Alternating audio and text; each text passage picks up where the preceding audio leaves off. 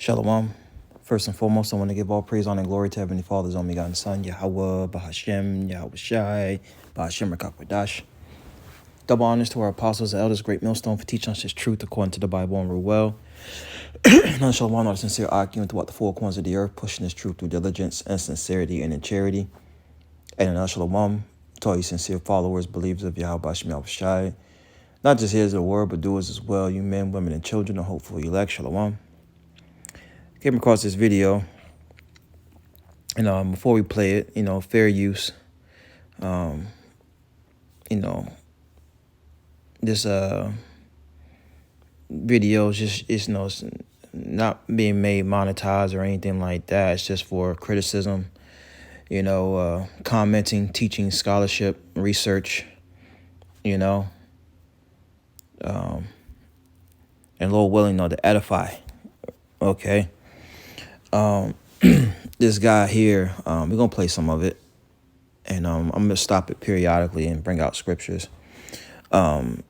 He's trusting in Egypt, and what our people are coming to realize is, trusting in Esau Edom society, or his way has led him down to a pathway of destruction, confusion, and pretty much at a point no return.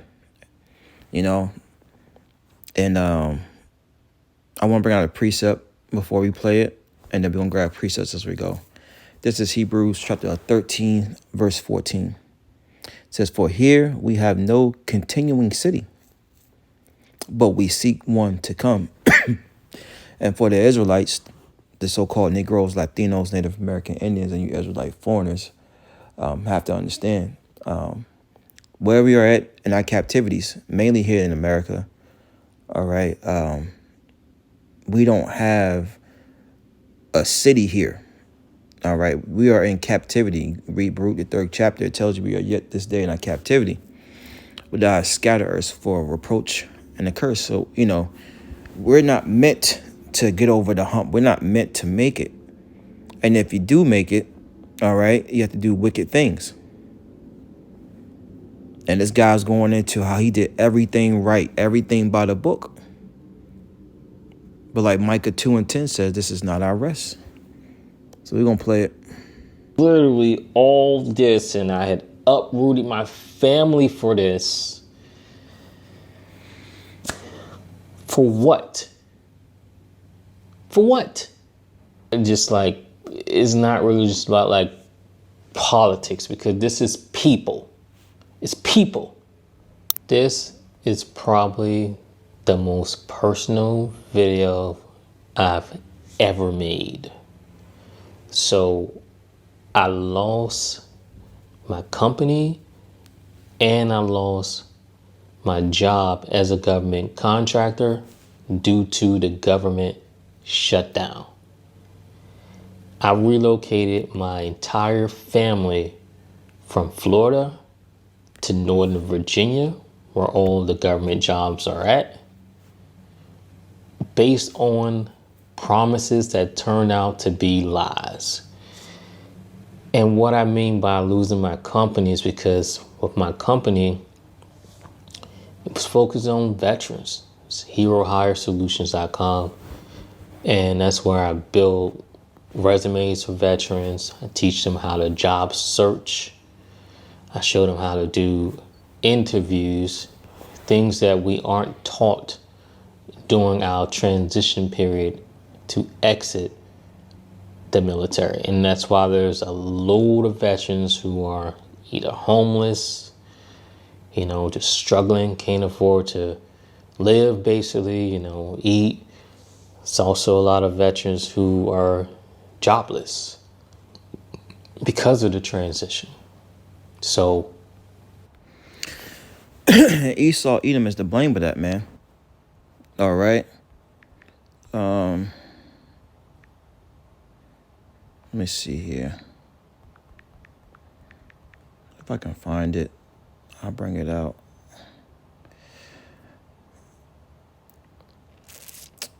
Man, where is it at? I think it's in the Apocrypha.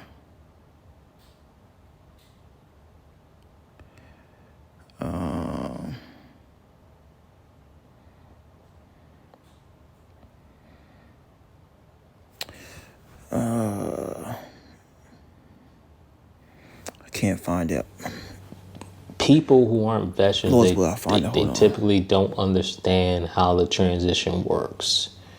But it's not easy, especially when you're out. It takes a while, and sometimes you probably don't ever truly adjust.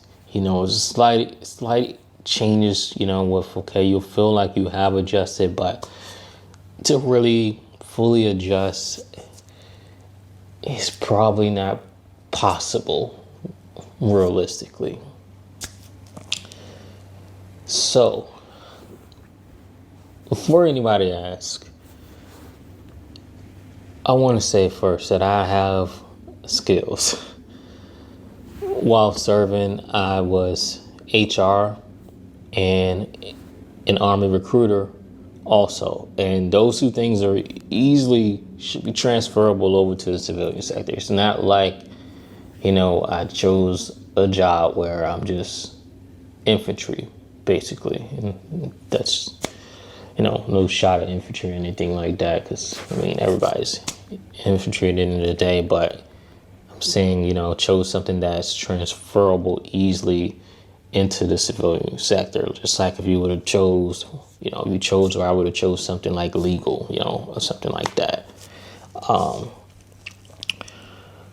But the reason we moved into this space, decided to go into the government space, basically because it's like moving to Northern Virginia, it's like that's where majority of the government jobs are at. And while I was in Florida, it was a struggle.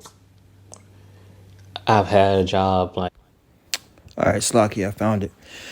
This is Ecclesiastes 26 and 28. It says, there be two things that grieve my heart, and the third maketh me angry. A man of war that suffer poverty. Right? It says, and men of understanding that are not set by, and the one that returneth from righteousness to sin. The Lord prepares such as one for the sword. Woo. Yeah, so the Lord said a man of war that suffer poverty. All right, men of war are supposed to be taken care of, right? Because they're fighting for your nation. They're fighting for your cause. All right, they're your people. But Esau don't give a damn. All right, letting you know that this man is not for our people, because a lot of our people fight in this man's war. Okay?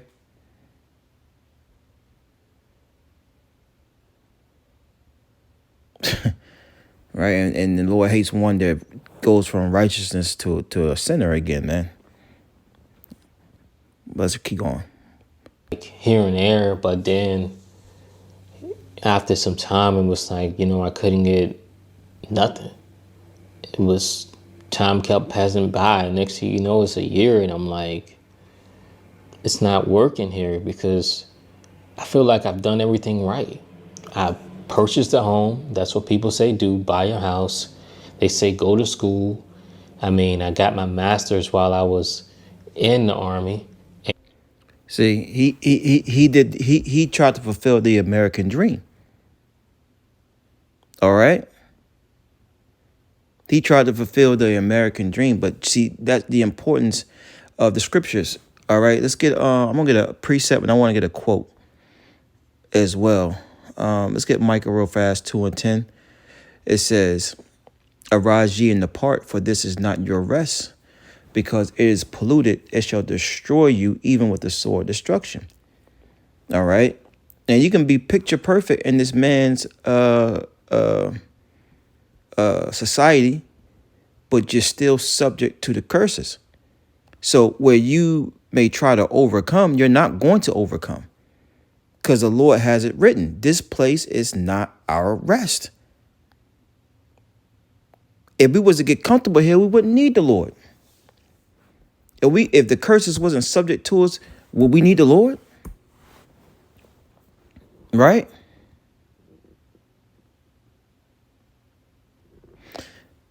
And you know the importance of the scriptures, man. The wisdom, knowledge, understanding of scripture. The importance of it. One of your presidents said, "I'm gonna get it."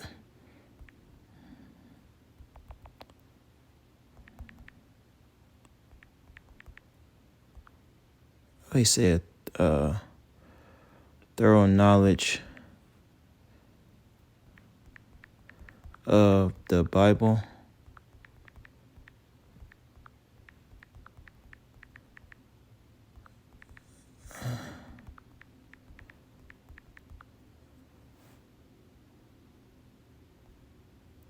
What's his name? Yeah. So this is Theodore Roosevelt said he had a quote.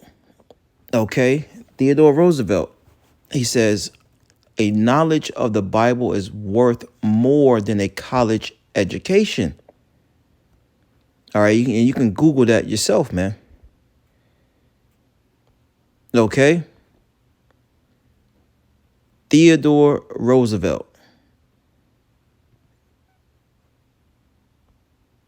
Okay, he was the 26th president. That devil. All right, and what he said was true. Because if they didn't have a somewhat of an understanding of the scriptures, right? Well, now they still would be wicked because they was created to be the wicked. But even they understand there's power within in the scriptures, man. You know who your enemies are.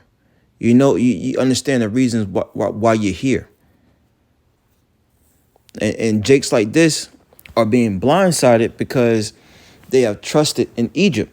They have trusted in Samaria. They've trusted in America, man. Let's get a precept. These are all basic scriptures. This is Isaiah chapter 30, verse 1. It says,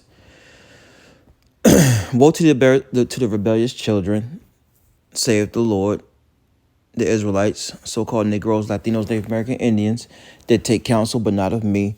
See, who taught him that way? Who taught him you gotta go to college, you gotta buy a home, you gotta go into the military, who taught him this? The enemy, right? Because look, the Wadiyah Bashim was shy for his men, the apostles, the elders, the bishop, grace, millstone on down. Right, we're not telling our sons and daughters to go into this man's military.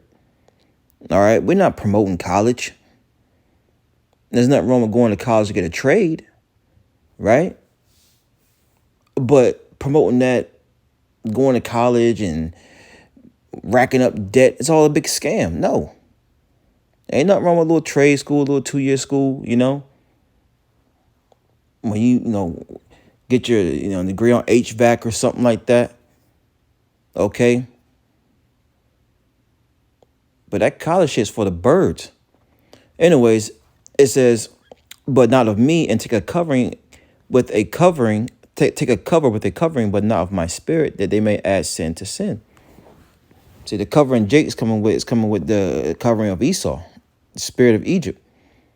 It says verse 2, "That walk to go down to Egypt, and have not asked at my mouth, to strengthen themselves in the strength of Pharaoh." So he trusted in the government, right? With these government contracts, and he was lied to. And he moved his whole family from Florida to Northern Virginia. Okay? They had contracts, and he's going to go into it. Contracts for like 10 years and extended contract for like 5 years, something like that. It's like a 15-year contract. It was all BS. But he trusted in that. It says, Isaiah 30:2, it says, "To strengthen themselves in the strength of Pharaoh, and to trust in the shadow of Egypt. Therefore shall the strength of Pharaoh be your shame, and the trust in the shadow of Egypt your confusion." All right. And modern day Egypt is America, of course. Modern day Pharaoh, right? The president, the elites.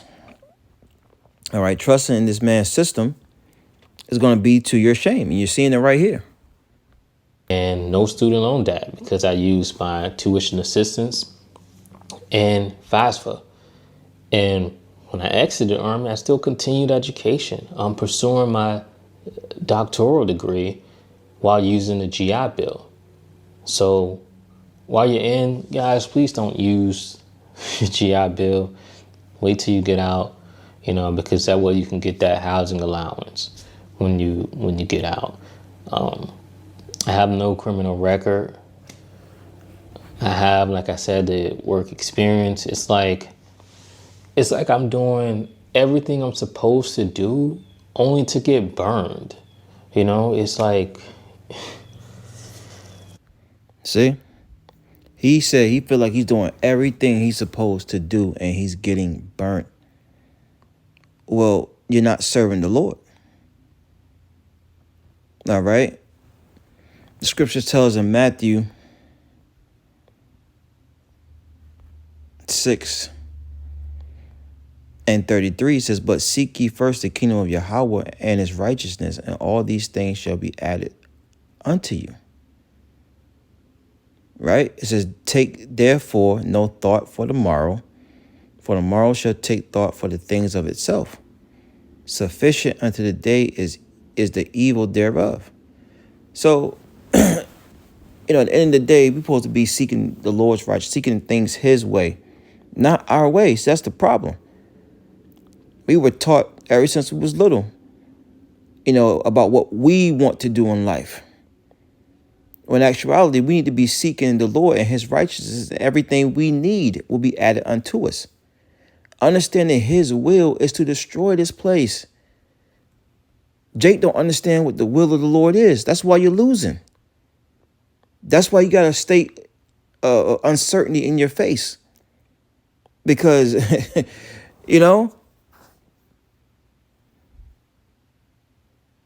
everything we need will be added unto us.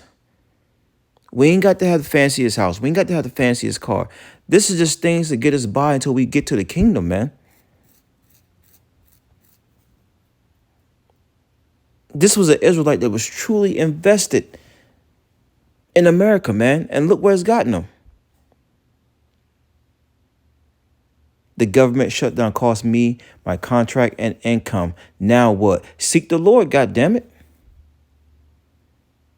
Seek the Lord.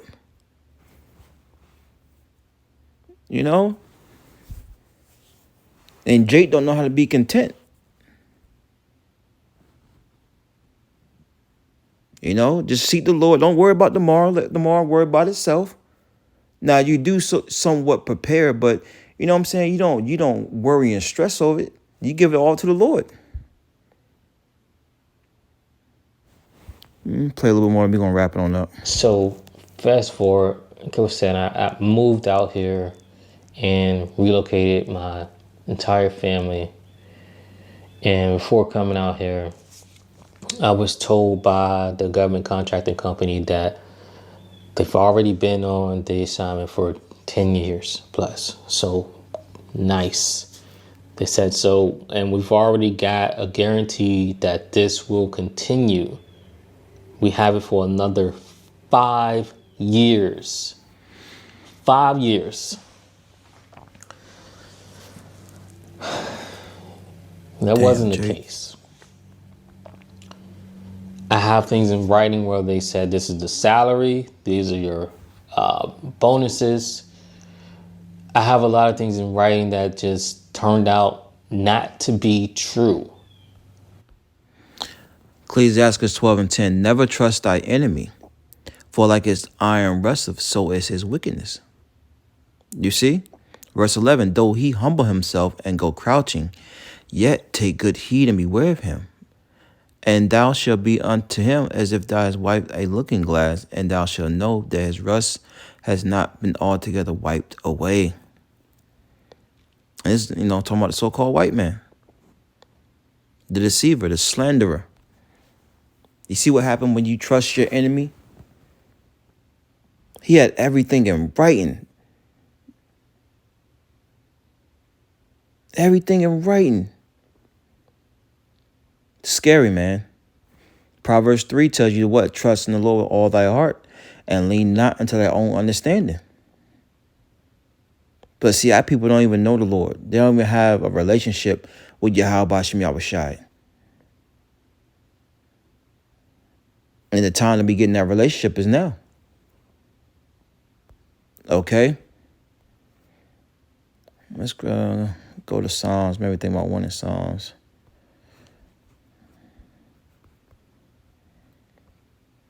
Let's see here.